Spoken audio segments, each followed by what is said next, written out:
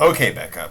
So, new day, different shirts, still Final Fantasy shirts, different mug. It's a Kingdom Hearts mug, but the Final Fantasy characters are in Kingdom Hearts, so it counts.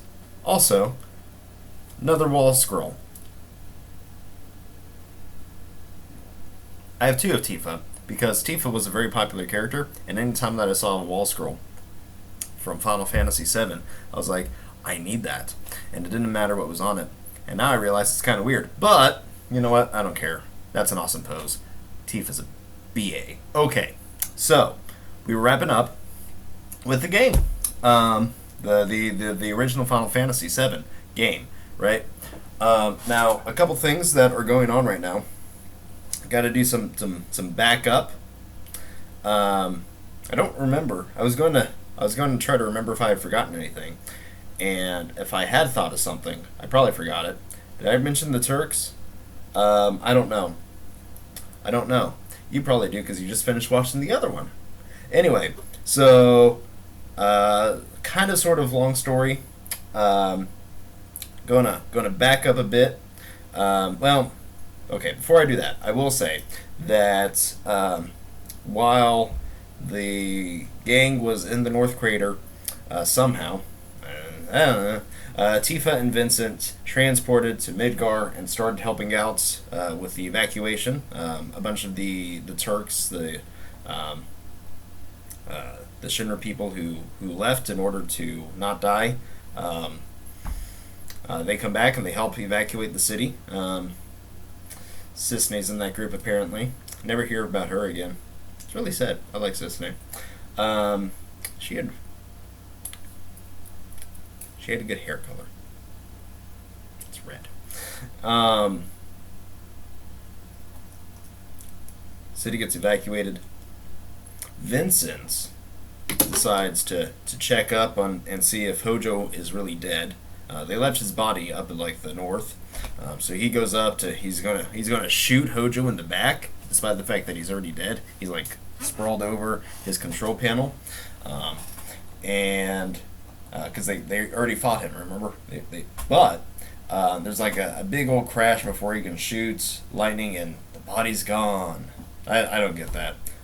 But Hojo like downloads his brain into the computer, which he probably did before he died. Yeah, I don't know. Oh, he injected Genova cells in himself, so he was actually a pretty formidable boss. That's where my brother got stooped.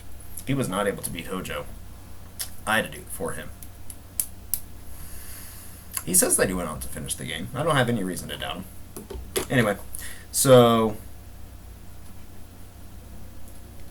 yeah, there are people in Midgar right now. A group of those people. One, I'm going to talk now about a couple of those kids, because it's always kids. One of them is named Denzel. Denzel. Denzel is from the Sector 7. He lost his parents when the plate collapsed, when Shinra collapsed the plates. Really humanizes it. And he ends up being taken in by a older woman in, I believe, one of the other sectors. She grows flowers in her little piddly garden up on top. And yeah, turns out, excuse me, this woman is actually Reeves' mom. Never learned that, but I mean, Denzel doesn't know who Reeve is. But you also learn that Reeve is the one who designed. Reeve is the one who controls Catchy, the stupid mechanical cat. But yeah, so Reeve is actually the one who developed. He was an engineer who developed the Mako reactors or something like that. Which, yeah, I don't know. Wow, cool. That's pretty impressive, actually. He's a lot smarter than I think we give him credit for. Although he did create a sentient cat. It's actually kind of weird how Kate Sith works. He's kind of sentient, but he's also kind of not. I don't know. I might get into that when I talk about Dirge Cerberus. So Denzel is living with this woman. They decide not to leave, despite the fact that everybody's like, hey, there's a giant rock hurtling towards here. And the woman's like, well, I don't know where I would go. And Reeve apparently doesn't care enough to check upon his mother. Oh, Marlene is has been taken to calm. See, Reeve cares enough to evacuate, Barrett's daughter, but not his own mother. This is why when you add flesh, like when you try to flesh out text, things start contradicting each other. I don't know. That's not like a contradiction. Maybe it's a plot hole. It just bugs me. Reeve killed, let his mom die, never checked in on her. Also, there's another kid from the Sector 7, whose name was, what was his name? I've only read this once. Evan Townshend. His whole deal is his mother. It's revealed throughout the book. I'll just tell you. His mother had a relationship with President Shinra, and he is the illegitimate son. She left the company. She didn't want anything to do with the president, so she makes ends meet. This is Evan, by the way. You can see that nice little rough sketch. But really similar to Denzel. He's from Sector 7. He left. His mom disappeared the nights that the plate fell. No, it wasn't the night. It was a little before. She ended up going to Nibelheim. She was paid to fill the city full of extras. And that comes up again later. But, because remember, Nibelheim burned to the ground and Shinra rebuilt it. And it was this really crazy cover-up. So they hired a bunch of actors to go and pretend that they lived in the town. And his mother was part of that. Got a lot of money for it. She was going to, give it to him. Anyway, he... oh boy. It was a really good book. I'm trying to remember. It's been a couple months since I read it, though. Same as Denzel. He leaves. His mom has a new house or something. Yeah, sure. So he's waiting in there. The plate collapses. He's like, oh, well, I'm glad I wasn't in Sector 7. And he decides to stay there until Meteor falls. The next morning, after Meteor, because everything gets shaken up, a lot of people die, but they're apparently fine. Evan's like, I didn't know they were evacuating people to the slums. But Denzel, I'm going to go back and forth because I'll cover Denzel first. So Denzel's guardian, the Reeves' mom, dies protecting him. As the planet is coming up and there's all these tendrils of Mako, things start bashing through the wall, through the windows. Anyway, but the force of the blunts knocks her out because she's trying to protect Denzel, who's in a room. She's prying herself up against the door, and I don't remember what. And Evan just hid in his room, I think. And these are both kids. Denzel's 10. No, 8. He's young. He's pretty young. So the woman dies the next morning. There's black liquid dripping out of her mouth. They eventually come to call this geostigma. Now, what they don't know what that is, but what geostigma is it is Sephiroth controlling the life stream, and so Genova is in the life stream, and he uses that to get into people's bodies, and it poisons them and it kills them, and it happens when people lose hope. But Denzel makes it out. He becomes joins a ragtag group of kids who are who collect debris in order to build a new city outside of Midgar called Edge, because it's on the edge. Yeah. So Edge is built, and there is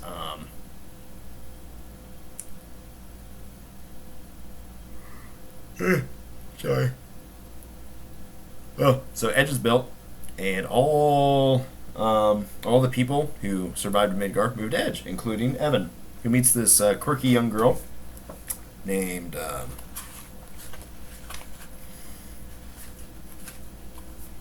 Kiri. Kiri. It's Kiri. Um, surely there's a full depiction of that. Oh, yeah. It's even colored. But yeah, they flirt for a bit.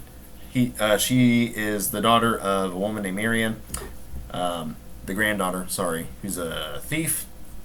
She's a con artist of sorts, but she meets Evan. He makes her want to be better. I'll fast forward to that in a bit, but okay. So Denzel's in the city, Evan's in the city, and they're like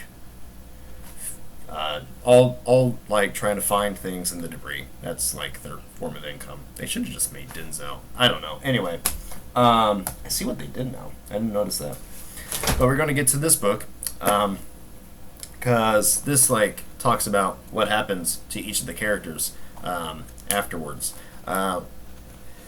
Long story short, the gang goes and like pays the respects to Aerith at the North Crater. Sorry, not at the North Crater, where she was buried in the lake. And then they like decide to go their separate ways. And Cloud and Tifa and Barrett go back to Midgar, and they help with the building of Edge. They travel a little bit, help some people. Cloud and Tifa have kind of become like a family unit of sorts because Barrett's like Barrett eventually takes off to do his own thing after they build up Seventh Heaven, which is a remake of the bar that Tifa had in the Sector 7 slums, which was also called Seventh Heaven. And so, yeah, Cloud and Tifa kind of become the caretakers of Marlene, and they become a little family of sorts. And Tifa's like, oh, maybe we can live a normal life. And Cloud is like really sad. And this is like where I start to not like what they did with Cloud, because his whole deal is that he's just sad that Aerith died. And despite the fact that he seemed to like find himself, was really happy, like he's just sad. She's dead. And he blames himself. And so he just becomes very mopey. He eventually gets geostigma because he just gives up hope at one point. He ends up like leaving for the most part on these trips because he becomes a carrier boy, kind of like the USPS. And so he delivers things for people, but he stays the night in Aerith Church usually, and that's where he runs into Denzel, who's sick with geostigma, and Cloud is also sick with geostigma, and so Cloud brings him home to Tifa, and they kind of like become a little family, and Cloud fakes being happy, but Tifa gets upset at him, which is good. But that's not like where I saw the character progression going in the original game. They just made it mopey for being the sake of mopey. It was the mid-2000s, and Japan had a thing about making teenage... Well, I guess at this point he's like early 20s. He's about your age, Becca. 20... So he's 21 in the original game. So... Barrett's 35. He's the oldest. No, Sid's 34. Anyway, I mean, obviously, Red Nanaki's the oldest at 48, but he's a teenager. So, yep, Barrett goes off. He, like, tries to go back to revert to using coal, and then he's like, what if we just use the Mako reserves? It's already been pumped out of the ground, and then he feels really bad, because he should. He killed people for using it. Come on, man. Consistency. But he, like, gets second hope. He decides that he wants to replace his gun arm with a hand, but he goes against it and, like, sticks with the gun arm. He visits Sid, who is back in Rocket Town, trying to make an engine that runs on this thing called oil. Their metaphors start breaking down because Livestream is obviously a stand-in for oil, right?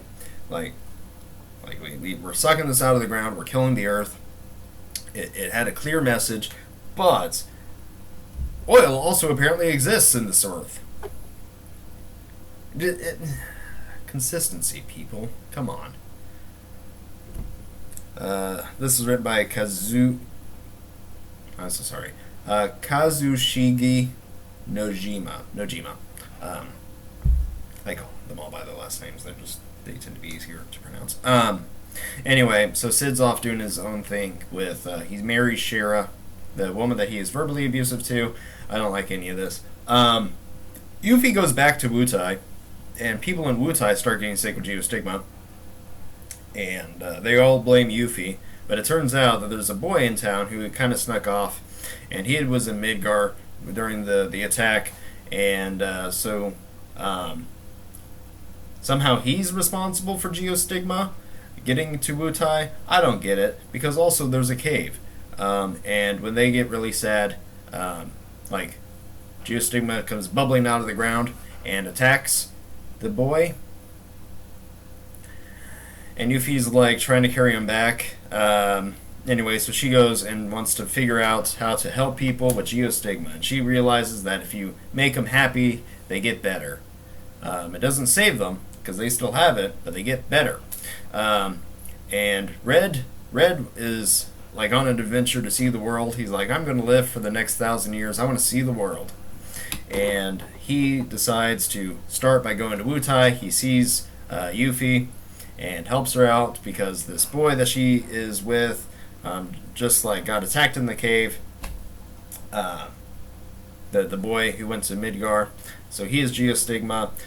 Red carries him back to the village, and he's like, yeah, I'm going to go figure out what's going on with Geostigma, and I'll be back. And then he like goes back to like the Nibelheim area and goes into a forest, and while he's in the forest, he gets attacked by a bear thing with a scorpion tail, but that gets shot by some hunters, and then he finds the bear's cubs, and he ends up just raising them and like living. He's trying to figure out if he's a beast or if he's a man. A cat, because he's sentient, but he's also like animalistic. And so he just kind of like pieces out for. The book says like 2 or 3 years, but also Cloud and Tifa's story lasts like 18 months or something. And so they all like converge at very different points. There's no consistency. It's annoying. But that's okay. He raises the cubs. They like go out and do their own. The cubs go off because they get raised up, and they end up getting shot by the same people who shot their mom. And Red almost kills somebody, but then Vincent shows up out of the blue because he's angry. So Red 13 almost kills a boy because they killed a cub, and he's like, I don't see the difference. Anyway, he goes into beast mode, kind of like goes red. Red 13. Anyway, he gets tranquilized by Vincent, who just like saw him to be in the area. And he's like, man, I'm sad, Vincent. I'm going to live for 500 to 1,000 years, and everybody I know will be dead. And Vincent's like, dude, I literally can't die. I'm going to outlive you. Shut up. And Nanaki's like, well, what if I were to... They run into each other, I think, outside of Midgard. It's like, well, what if we come here once a year on this date? That way I'll know that there's always someone to talk to. And Vincent's like, okay, fine. Yeah, sure.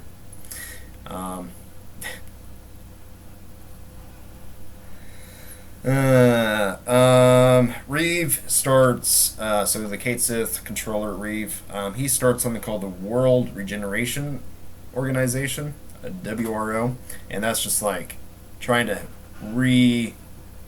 revamp things.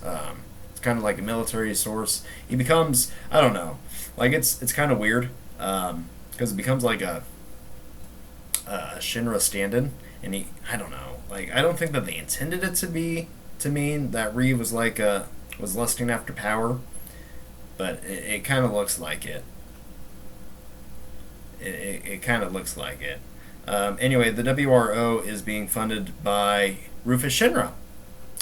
So it turns out Rufus did not die when his building blew up, when it got attacked by um,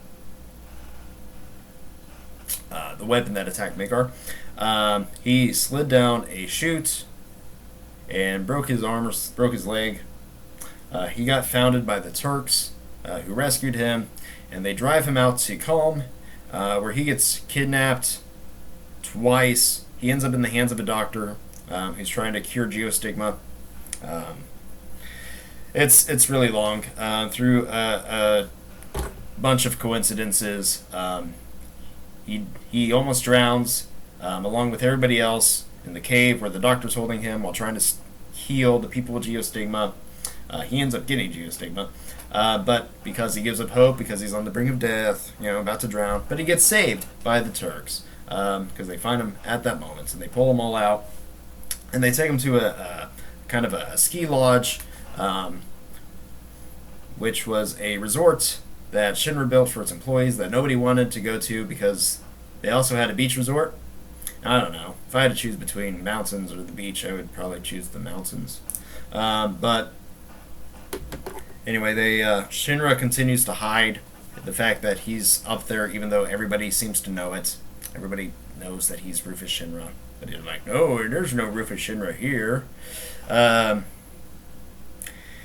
Because the Turks are still out and about. I mean, there's a monument. So Shinra puts in money to build a monument to Midgar Meteor Fall, because that's what it's called, Meteor Fall. It's like, yeah. And it's like made by Shinra, or it's funded by Shinra, and the Turks are there, but nobody knows, if Rufus Shinra's alive. Like, no, guys, come on. Like, no, everybody knows Rufus Shinra. Don't try to hide this. Anyway, there's more like time scaling. I don't get the schedule, because it seems like 6 months or something.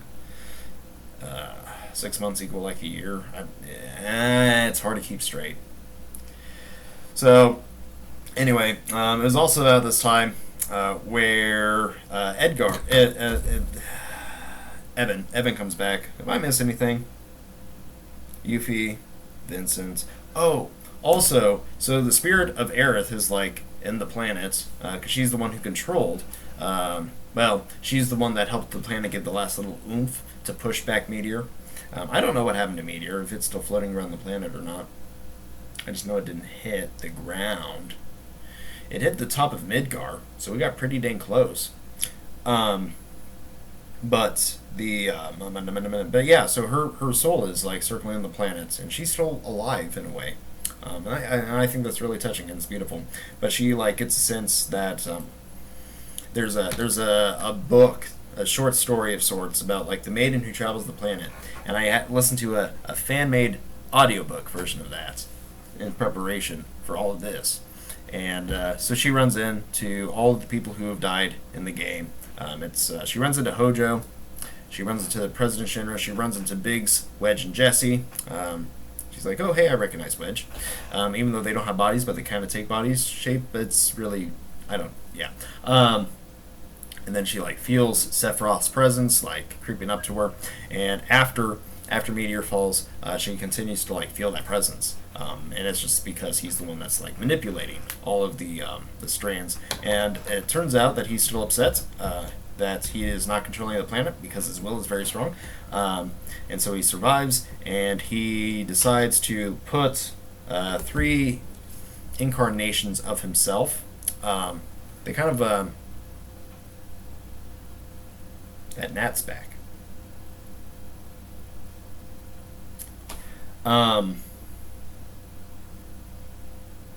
Yeah, he builds 3 incarnations of himself, like humanoid forms, but they take the form of dead people.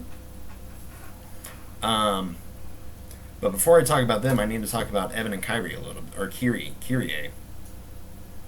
a little bit more, because they have moved on from collecting things to pretending to be.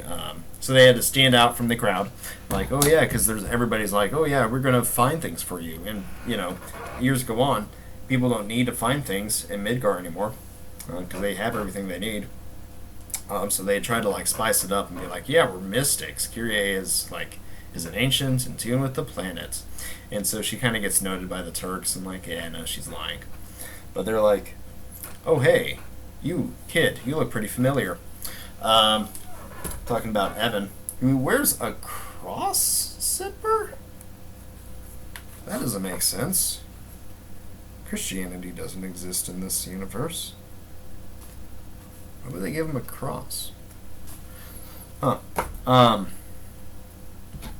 So, yeah, the Turks come. They actually beat up Evan because they mistake him for somebody else who stole some things from their ski lodge. Because the doctor's up there trying to cure geostigma, right? Long story short, yeah, a lot happens in the book. It all like ties together really well. But the main points are Evan goes out and tries to figure out where his mom is, because there's a picture of her. You don't actually like. The last client comes in and he hands her a picture, and it's like, yeah, my son's missing. He was in Nibelheim, and Evan's like, oh yeah, interesting. And then at the end, like half the book later, you learn that Evan's mom is in the picture. Like, it was actually a really good reveal. I did enjoy that. So anyway, he wants to go to Nibelheim. He keeps asking about Nibelheim. The Turks help him.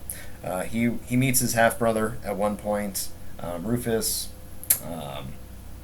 He escapes with his friends, the people who stole something from the ski lodge. But in the escape, they blow up the lab for the doctor who's trying to cure geostigma. And they don't like his friends, the people he's with, don't like Shinra at all, which, sure. They blame him for geostigma, which there's a lot of things to blame Shinra for. Geostigma just so happens to not be one of them. There's also another friend who worked for the Dawn. His name was Leslie. He has a girlfriend or a former lover or something, who he's like re-met up with. They're pregnant, Leslie and his girl, Merle. Keep those names in the back of your head. I will come back to them. Denzel.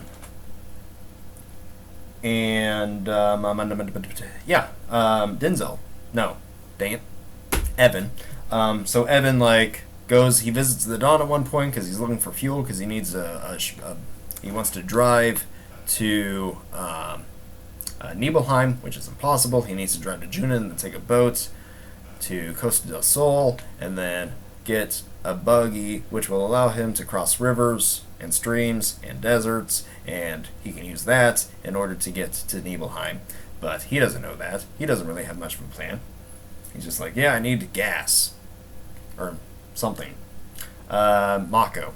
Need Mako. Because it's all in reserve. The Dawn has some, despite the fact that he fell off of a cliff in Wutai. I forgot he didn't die. This book revealed that he did live. But anyway, Evan goes and... so, a long time ago, Merle, his Leslie's girl Merle, was a the Don Corneo uses women and does not treat them well, and he did not good things to Merle, and Leslie and Merle just wanted to put it behind them, but Leslie said that he wanted to go back. He had nowhere else to go. He was sorry, and the Don took him back, and then he blew up everything. And I guess Don Corneo is still alive somehow, but they're going to keep Low in Evan's place until, for the time being, him and Merle and their newborn. So he goes off on his venture. Kyrie comes along. It's really cute. Also, this is a great time to mention, there's absolutely no kissing in this universe. Nope. Hugs kind of exist, I think, but at no point in any of this do lips touch. It might be implied. Oh no. No. There is one. And it's in the date scene back in the original game with Yuffie. The only kiss that happens in the entire Final Fantasy VII franchise is between a 16-year-old and a 21-year-old. And it's not a kiss. I think she just kisses him on the cheek. It's not like a lips on lips. So I don't even know if that like counts. But still, it's just. Ugh!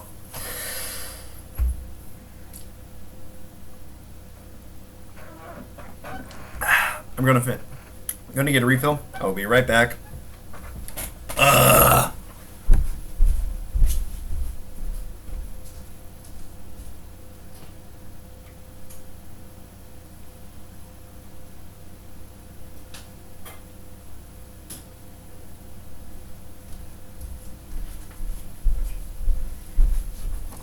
So anyway, the Turks show up because, again, they're being rehabilitated by Square Enix. That's the company that makes Final Fantasy VII. Well, the Final Fantasy games now. Technically, Final Fantasy VII was made by Square Soft, but then they merged with Enix. So the Turks run into him because they want to ask some questions because his friends, the ones who originally stole something from the ski lodge, who the Turks went and beat up Evan about. He and someone else went to steal a helicopter to find Evan, and they throw a grenade at the Turks. The Turks kick it back, and they blow up. Evan's friends died because they threw a grenade at the Turks. That's what I'm getting at. And he had a younger brother who he took care of. He had geostigma. Evan and Kyrie kind of take care of him after the fact. Anyway, oh, yeah. So they hang out at Seventh Heaven. They know who Tifa is. They have a little bit of run-in with Cloud. Because he's looking for gas, and Cloud's the one who points him to Don Corneo. Oh, yeah, that's right. So they're on their way. There's just like a little road adventure then. Shenanigans happen. Kyrie and Evan get closer to one another emotionally. It becomes pretty apparent that Kyrie likes him and Evan likes her, but nobody wants to make the first move. It's cute.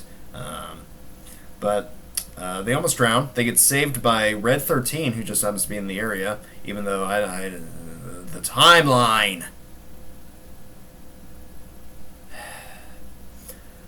Anyway, so yeah, it's at this point that they almost get geostigma. Almost. But the Geo reads Kyrie's thoughts and takes the form of a young man from her past named Yazoo. That's not right. Who doesn't look quite right. So part of the collector's edition of Final Fantasy VII Advent Children is you get like these little like things. What am I looking for? What am I looking for? Where are you? There you are. Okay. So this kid in the middle here. That's probably really blurry. Sorry. So takes that form, and these three goons like start chasing after them because they're with the Turks, and they all go up to the North Crater. No, they go to Nibelheim, and they learn that Evan's mom was helping people up at the North Crater right before a meteor fell, and so they go up there. No, not the North Crater. That's Ski Lodge, the one where Dr. Gast and Ilfana and Aerith lived before Dr. Gast got shot by Hojo. So they go up there, and they learn that his mom was on an expedition going up north because the clones of Sephiroth were going to have a reunion. I think I went over. I did not mention that, but it happened. When everybody was going to the North Crater, all of these Sephiroth clones, the people who Dr. Hojo had experimented on, were going up north, wearing cloaks, and she cared about them. She wanted to take care of them, Evan's mom, and so she followed them up, and she fell down a cavern and died. She froze to death or starved to death. But she wrote a note to Evan, thinking that she would never see him. Also, she has a little box thing that's warm. She's like, yeah, this kept me warm. Turns out that it's Genova's arm. She had a piece of Genova, and that is what the three kids are after. Laws, Yazoo, I don't know, Kadaj. So yeah, they're like too good for the Turks. They fight them. Evan and the rest of the group somehow escape. I don't remember how, but it was well written, and yeah, they survive and they make it back. And the Turks are like, oh hey, there are these three goons who are chasing after us. They're after Genova head parts, and so they start searching for Genova's head. And so it's at this point where they go. So Evan, Kyrie, their story's over. It was a very good story. Better than any right than it had to be. Better than it had any right to be. And they end up back taking care of the boy, the son, or sorry, the younger brother of his friend who died, and they live next to Leslie and Merle, and then Evan, and oh yeah, and that's it. Then we don't see him again until. Oh, we don't see him again. At the end of the book, there's a little like, oh yeah, the boy gets cured, but that's when everybody gets cured, which I'll get to now. So the three Sephiroth clones, each with like different personality traits of Sephiroth, they start manifesting, and they're looking for the head. They end up killing Zung and Elena, those two Turks who just keep getting beaten up. They don't kill him, but they let him live for some reason. So cool. But they took Genova's head. No. The Turks rescue Genova's head and don't let it get in their hands. So they give it back to Rufus. At this point, Cloud's all sad and mopey. He's like, oh, why do I live? I have geostigma. I'm going to die.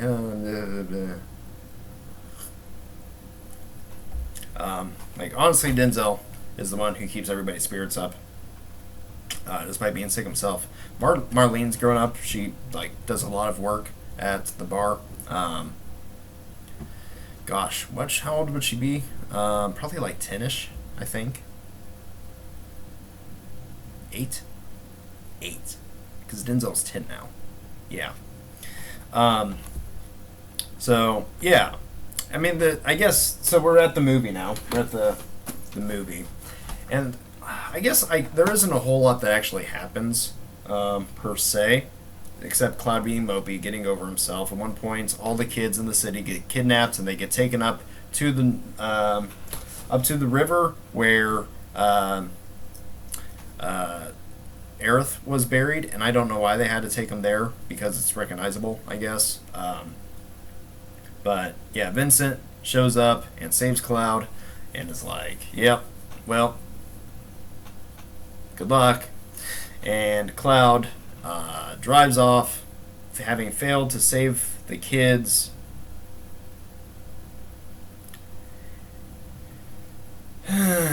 Boy, what does happen in that movie? He runs into Rufus. Rufus calls him up and is like, "Hey, Sephiroth's coming back." Cloud's like, "No, we killed him." It's like, "Yeah, but we got these clones." Also, the Buster Blade is just rusting. That's the worst thing in this whole series is the Buster Blade, which is Angeal's sign of honor. It's his family honor, his honor as soldier, and it's take care of this. Angeal doesn't even use the sharp side of the blade. He just uses the blunt side of it because he cares enough. He doesn't want to chip it. He doesn't want to get blood on it. He doesn't want to make it rust.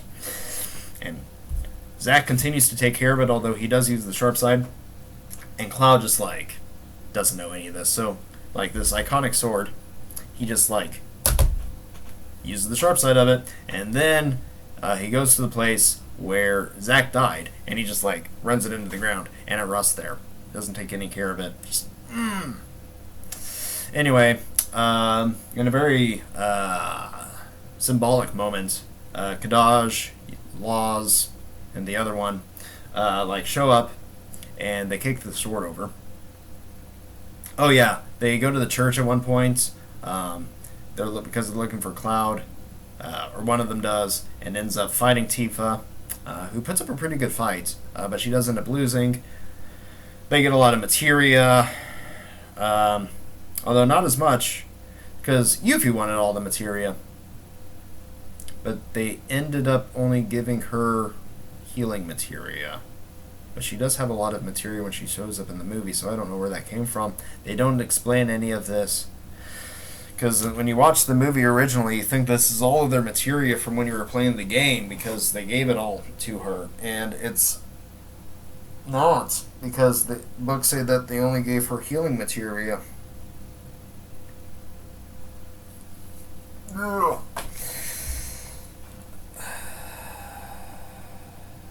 I'm going to write a Wikipedia article on the contradictions in the Final Fantasy VII series. So then there's another fight in the city. They Laws, Kadaj, summon a giant dragon called Bahamut Zero. No, Bahamut Zero is a summon from the game. Bahamut something. It's another Bahamut. And there's a big moment. All of the cast, all of our friends show up. Even Sid. They are all brought into the city, into Edge by Sid, who has a working airship now that runs off of not Mako. He figured it out. And they fight the beast, and then Cloud goes and fights the Kadaj, the leader of the trio, by himself. It's also about this point that Kadaj Rufus stupidly reveals that he has Genova and then jumps out of a window, gets caught by Zong and Elena, who are alive, and so the bad guys get the head, they drive a long way, and then as soon as Kadaj absorbs Genova into himself, I guess there's enough Genova cells for Sephiroth to take over. And so Sephiroth manifests in front of Cloud, and there's another big old fight, and Sephiroth gets stabbed again. But not before Cloud sees Zack, and Zack talks to him and encourages him to fight on, which is a really sweet and touching moment. And Aerith does a little bit. He's also during all of this, Cloud is having flashes of Aerith, speaking to him, and Zack speaking to him, because I guess they're alive in the live stream. And that's the way this works. And because Aerith is special, she's an Cetra, she's an ancient, she gets special speaking abilities. And through her relationship with Zack, Zack's able to speak to Cloud too. But Sephiroth's beaten again! Yay! And,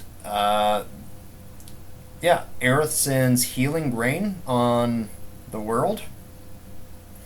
And then there was a puddle of, I guess, water or life stream or something, which ends up being the cure for Geostigma.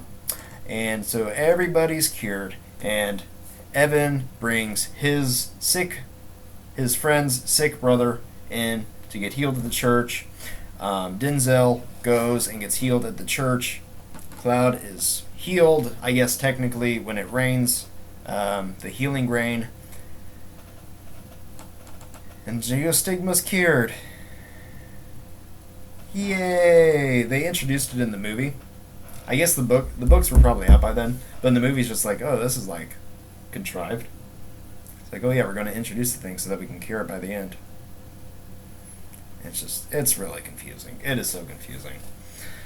But not as confusing as the next part. So a year after all of this,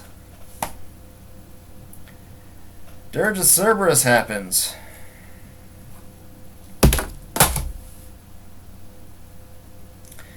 Turns out that underneath Shinra is a secret lab in Reactor Zero where the strongest of the soldier candidates are experimented on and become super soldiers of sorts even though soldier is supposed to be the super soldiers, so they're super soldiers. Super soldiers. And Vincent is like, there's a party going on in Calm, because everybody's like, yay, we're alive. This city just can't get a break, because it's at that time when the, what do they call it? Deep ground. Because it's deep underground, get it? Deep ground. So deep ground, the super soldiers attack the city, trying to like pick up people, because they want to throw people into the live stream to kill them, so that they're trying to kill a lot of people. Gosh.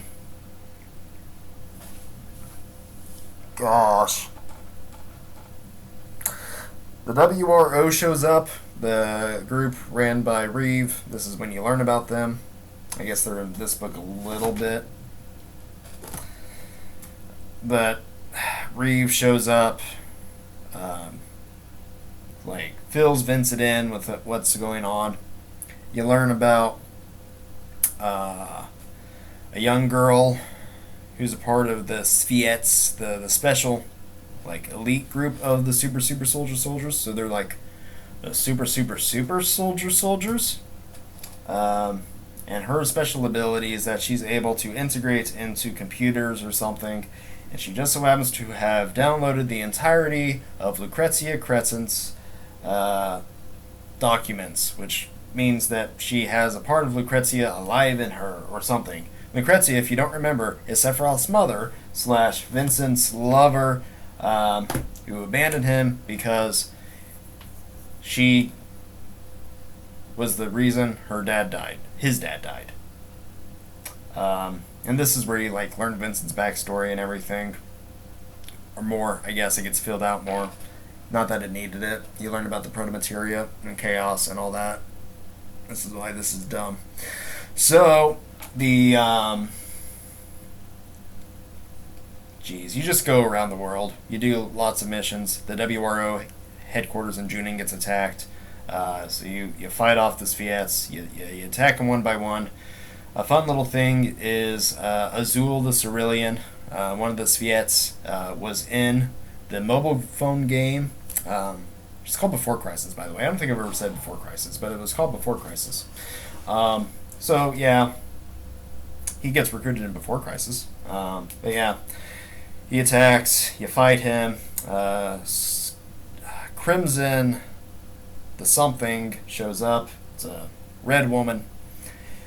She steals the proto-materia out of Vincent's chest somehow. So he starts losing control of chaos, but it doesn't matter. He runs into the girl who can like integrate in with the computers, who has Lucrezia imprinted on her. Her name is Shelk. She has an older sister who you're supposed to feel emotionally attached to, because when she supposedly dies at the end, you're supposed to feel something.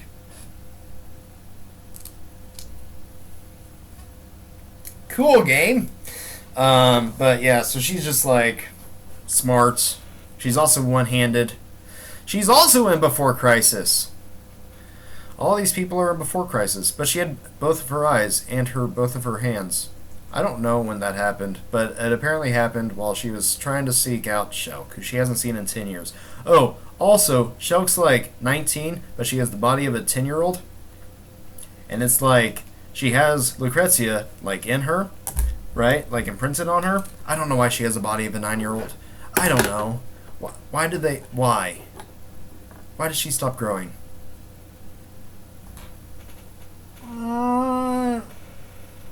But she does have defining feminine traits, like secondary feminine traits.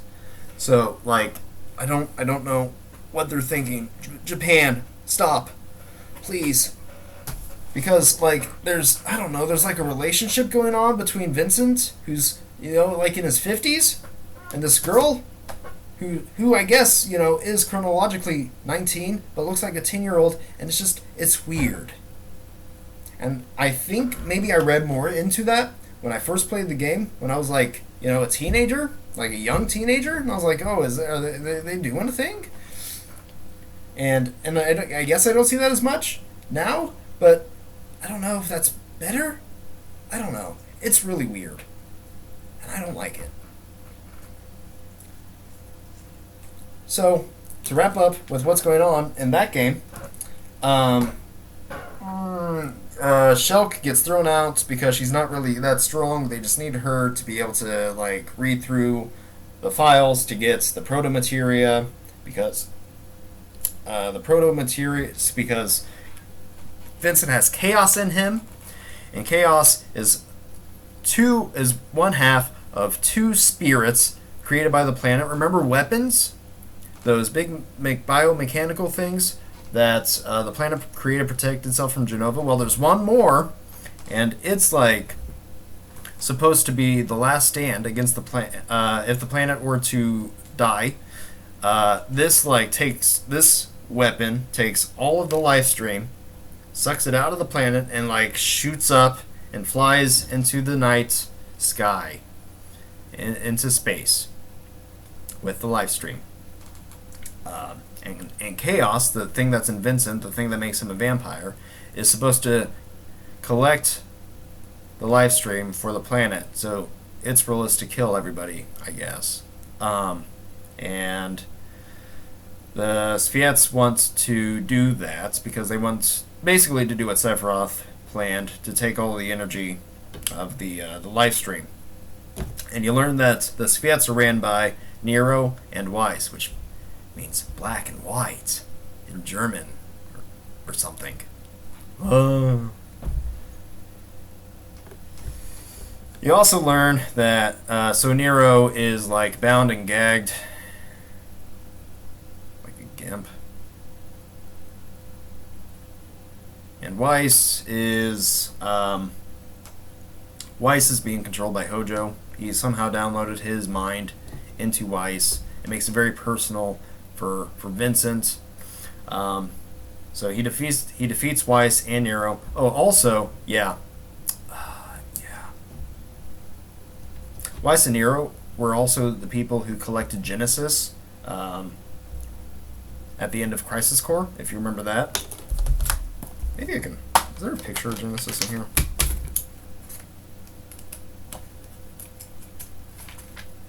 Oh, yeah. Okay. So... Oh yeah, and that's Sephiroth. Have I even shown you a picture of Sephiroth? He's pretty iconic. So that's Sephiroth. That's Angeal. I should have been showing you pictures. And this is Genesis. Genesis is alive because his body was collected, and he anyway, I'll get to that in a second. So Vincent defeats Hojo, and then he defeats Weapon as Chaos. Turns out he didn't need the proto materia at all. The power was inside him the whole time. It's never explained. Lucrezia, shows up in a vision through Shulk, which gives him the power to defeat Weapon.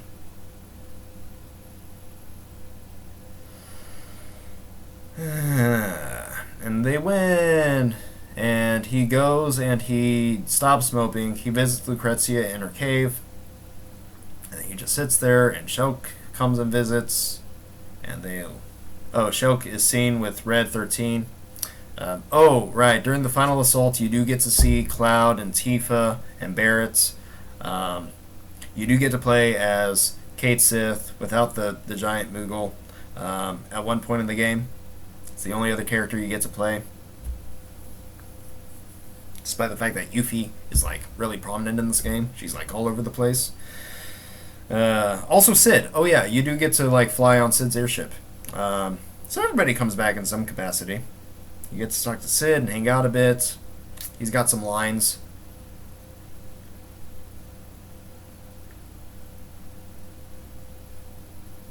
And at the end of the game, if you collect all of the all of some special reports, hidden things in the game, if you collect them all, you get a special scene where Genesis comes out of the Mako and picks up Weiss's body. It's come, brother, our job is just starting or something. And this, remember, that game came out before this, since you're who is this?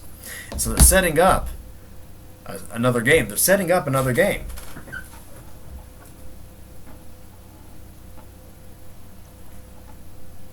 Well, that was it. After Crisis Core, they revamped the movie, and like they okay. So Final Fantasy VII came out in 1997. These books started being published around 2004. What year was this one published? Yeah, about 2004, which is about the same time that they were putting out Crisis Before Crisis, the mobile phone game, which again was only released in Japan. So nobody in the West knew anything about this. So this does set up Geostigma. Now, if you didn't watch that, you're kind of, or if you hadn't read those, you're kind of out of luck. They do their best to try and explain what's going on in this, but this comes out in 2005. So you've got one mobile phone game, a bunch of short stories. Well, you got a bunch of short stories and one novel. That is good. And they all set up like what goes on here in the movie. And then they release Dirge of Cerberus in 2006, so the next year. So the movie, so the books Before Crisis are 2004, movie 2005, this in 2006. Crisis Core came out in 2007, right? Yeah. And they revamped the movie and added scenes because they're like, oh hey, maybe it didn't make a lot of sense just talking about Geostigma.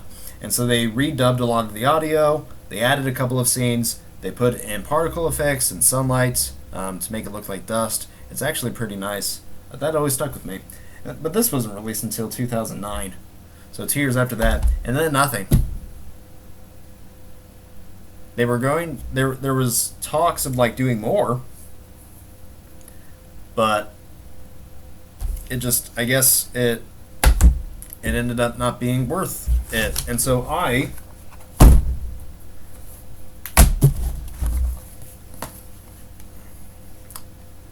have this kind of incomplete story. Because, I mean, it would be fine if they just left it and like everybody's happy, but you don't really see that.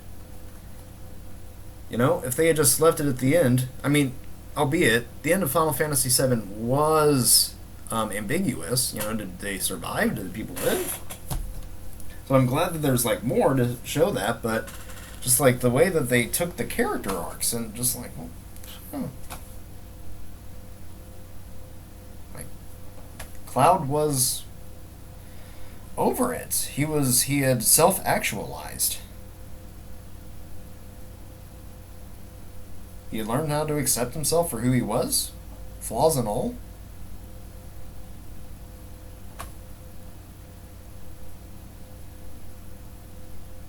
And then they just doubled back and like, oh no, he's just mopey. Because it's 2004. And yeah, the grid of the mid-2000s, I guess we would never have gotten The Dark Knight if not for that. But still, I wish that Cloud would have been happy and perky and like, because he was, you know, he was like kind of cocky. It's like, yeah, and this is who I am. And just to make him sad about Aerith dying and that being like the thing that defines his character, it's just I don't believe it. I refuse to, especially if he's with Tifa, you know, because they have a relationship, you know. They live together. They run a business together. They raise kids together.